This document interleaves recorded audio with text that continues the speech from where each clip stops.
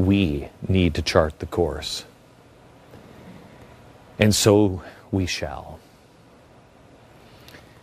But there's a few things that it has to be about. One, God. Without a turn back to God, we turn into Greece. Read history. You don't like it? Oh, stop talking about God. You don't like it? Then move on with your life. Read history. Read about revolutions. It always ends the same way if there is no God.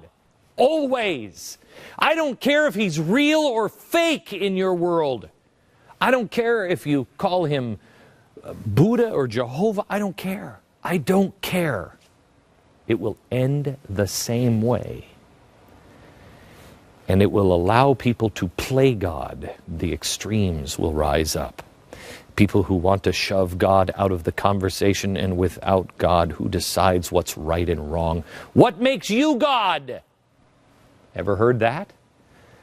Without God, we have moral relativity. That's wrong. What makes you God? All you have to do is convince enough people that something is right, and it is right.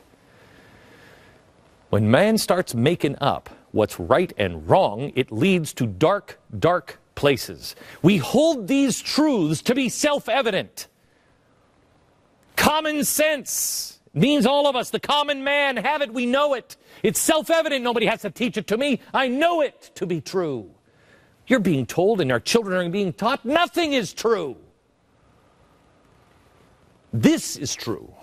The second piece, family. We cannot afford any more decay of the core family unit. It has been decayed. You know what, on tomorrow's program, I think I'm going to read a letter that I wrote to my son 2 weeks ago. And I have to tell you, I have been wrestling with my job. Because I, like so many of you, have put my children up on the altar of this country, trusting that God will somehow or another work out the absence of a father in their life. Because I don't know anybody else that can do what I do. I don't know anybody else that can build what we're trying to build. And I've been praying that God somehow or another will work it out with my kids. Well, you know what? I don't think that's going to happen.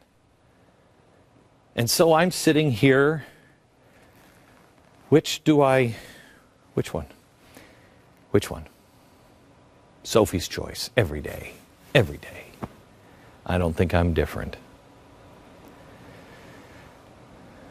Family must become a priority. And the third thing is think local. I'm going to show you this map. This is the map of all the results in all of the counties across America. Conservatives used to have the blue surrounded. There used to be very little blue. This is county by county, but it is beginning to reverse. And doesn't it look a little like an infection? I mean, which one is the disease here? Is it the red or the blue? I know that everyone is telling you that it is the red that is the disease, but the chart shows it to you. It creeps in and it spreads. I'm telling you right now, do not live where there is an infection. If there is an infection, look, there's an infection in my state. Look at what a surprise. There's an infection over here. There's very little here, but it's here and here. There's no place to go without the infection except maybe here.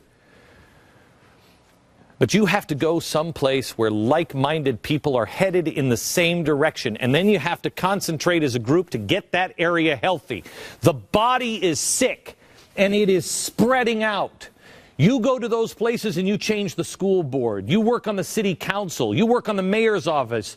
You see what's happening. You name it, you spread out from there. This is the beginning of a long fight. One election is not the end here.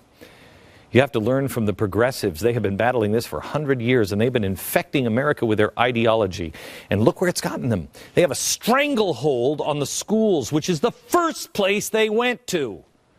It's taken them 100 years. They had to infiltrate the schools. We have an opportunity unlike any other opportunity, any time in man's history.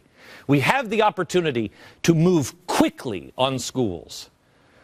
Schools have become like progressive mind control camps, trapping our kids for 12 years, 8 hours a day. And then they go to college and you pay for it. Think about it when you send your kids off for another 4 years of anti-American indoctrination. Think about this. I want to show you another map. This one is just of Ohio. This is Ohio in black and white. You'll see the universities. Here's the University of Toledo, Bowling Green. Here's Ohio State. Here's Wright State. University of Cincinnati is, where is it? Right here. Kent State, Ohio State. Now, watch this. Let me show you where the blue areas are. Is that a coincidence? It's a similar pattern throughout the country. Wherever there is a seat of power, our state legislatures, and wherever there's a university, I can guarantee you 9 out of 10 times it looks like this.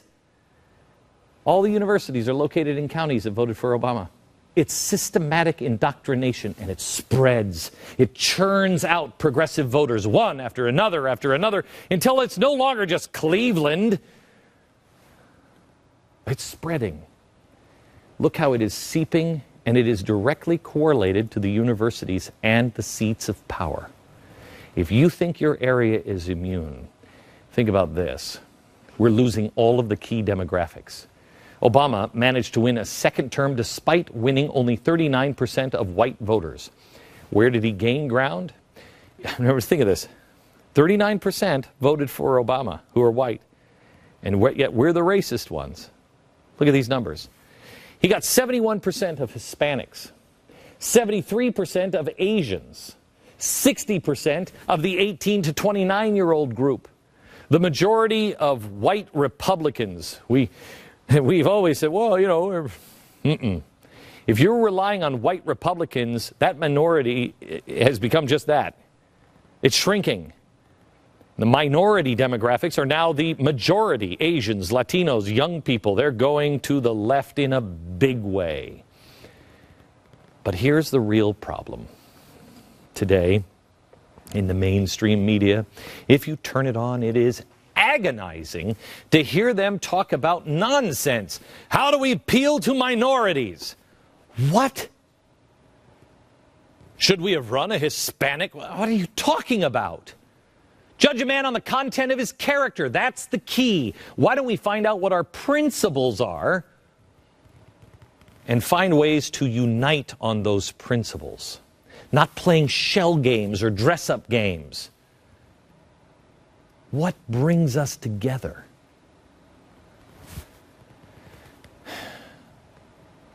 The Christian voting bloc is shrinking, gang. The churches are dying. If our churches die, America is over.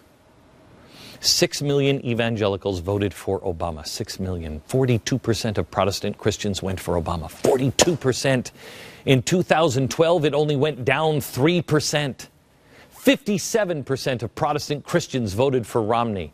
That's just 3 more than what McCain got. So while there was a movement towards Romney, it wasn't very much. The people who are going to church every week, and we sit next to, they're changing.